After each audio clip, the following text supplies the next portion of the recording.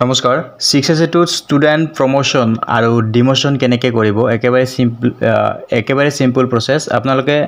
শিক্ষাসেতুত গুগলত গৈ পেলাই খুলিব শিক্ষাসেতু.assam.gov.in এটো অলৰেডি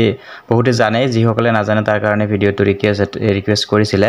সো ইয়াতে ড্যাশবোৰ্ড দেখিছে ড্যাশবোৰ্ডৰ তলত ইয়াতে ষ্টুডেণ্ট মেনেজমেন্টত যাব সেকেন্ড ষ্টুডেণ্ট মেনেজমেন্টত যোৱাৰ পিছত তলত একেবাৰে প্ৰমোশন আৰু ৰিপিটাৰ্ছত ক্লিক কৰি দিব সো ইয়াৰ পিছত আপোনাৰ ইয়াতে ক্লাছবিলাক ওলাই আহিব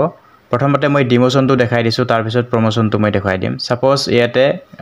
মোৰ সুবিধাৰ কাৰণে যেহেতু ইয়াতে মই অকমান কাম কৰা হৈছিল সো ইয়াতে ডিমোশন কেনেকৈ কৰিব আৰু প্ৰমোশন কেনেকৈ কৰিব সো পোষ্ট ইয়াতে ক্লাছটো আপোনালোকে সিলেক্ট কৰিব ক্লাছৰ এগেইনষ্ট যেটো ভিউ আছে ভিউত যাব সো ভিউত যোৱাৰ পিছত ইয়াতে যেটো ষ্টুডেণ্ট আপুনি যিবিলাক ষ্টুডেণ্ট প্ৰমোশন কৰিব ডিমোশন কৰিম মই এতিয়া সাপোজ দুজন মান ইয়াতে আপুনি টিক্স কৰি দিব যেইজনক কৰিব বিচাৰিছে যদি গোটেই বিচাৰিছে ওপৰত এটা সিলেক্ট অলত ক্লিক কৰি দিব সো সিলেক্ট অলত ক্লিক কৰি দিয়াৰ পিছত তলৰ এটা অপচন দেখিছে ডিমোট সো ডিমোটত ক্লিক কৰি দিব কোন ক্লাছত নিব ক্লাছ 4 5ত যেহেতু আছে 4ত নিব লাগিব ডিমোট হলে ডিমোট কৰি দিব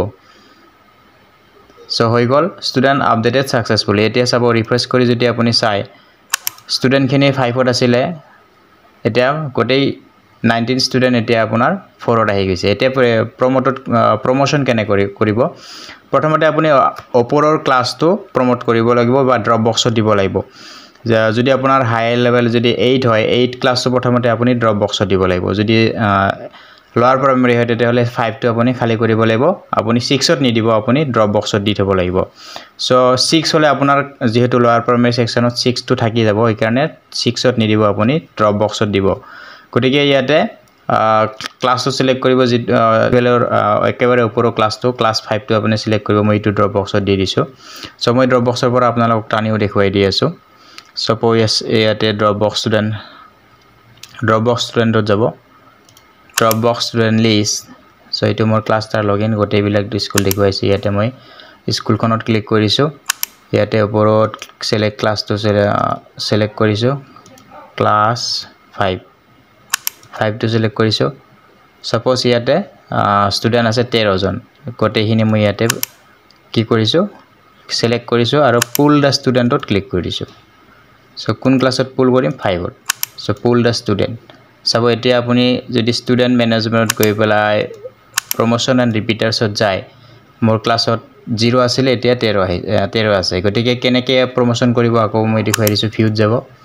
সো ভিউত গৈ পেলাই ইয়াতে যিজন ষ্টুডেণ্টক আমি পুৰি প্ৰমোশন দিছে বা ৰাখি দিয়া ষ্টুডেণ্টক টিক্স নকৰিব যদি ৰাখি দিয়া নাই তেতিয়ালে ইয়াতে টিক্স কৰিব ইয়াৰ পিছত প্ৰমোট নহব ওপৰৰ ক্লাছটো আপোনাৰ কি হ'ব ড্ৰপ বক্সত হ'ব আপোনাৰ 5 ক্লাছটো ড্ৰপ বক্সত যাব সেভ চেঞ্জেছ এটা অল ষ্টুডেণ্ট 5 ষ্টুডেণ্ট টু সকলোবিলাক ষ্টুডেণ্ট কোড গুচি গৈছে 5 ড্ৰপ বক্সত গুচি গৈছে যিখন বিদ্যালয়ত এডমিশন লয় তেওঁলোকে ইম্পোৰ্ট কৰি লৈ ল'ব এতিয়া মই ক্লাছ 4 টো কোড দিম প্ৰমোশন কৰিম যদি আপুনি ৰাখি দিছে অল টিক্স কৰিব আৰু ৰাখি দিয়া বিলাকক আনটিক্স কৰিব গতিকে ইয়াতে ৰাখি দিয়া ষ্টুডেণ্ট নাই গতিকে অল টিক্স কৰিছো আৰু ইয়াতে প্ৰমোট ষ্টুডেণ্টত ক্লিক কৰি দিছো কোন ক্লাছত প্ৰমোট কৰিম মই 5ত প্ৰমোট কৰিম আৰু প্ৰমোটত ক্লিক কৰি দিব সো এনেদৰে আপুনি প্ৰত্যেকটো ক্লাছ প্ৰমোট কৰিব লাগিব ইয়াতে সব ৰিফ্ৰেশ কৰি মই আপোনালোকক দেখুৱাই দিছো ক্লাছ 4ত 0 আছিল এতিয়া 19 জন ষ্টুডেণ্ট ক্লাছ 4ৰ পৰা 5ত আহি গৈছে এইখিনি প্ৰসেস আপোনালোকে নিশ্চয় বুজি পাইছে গতিকে এইদৰে আপুনি প্ৰমোশন ডিমোশন ড্ৰপ বক্সৰ পৰা টানিব পাৰিব গতিকে ধন্যবাদ ভিডিওটো আগলৈ ফৰৱাৰ্ড কৰি দিব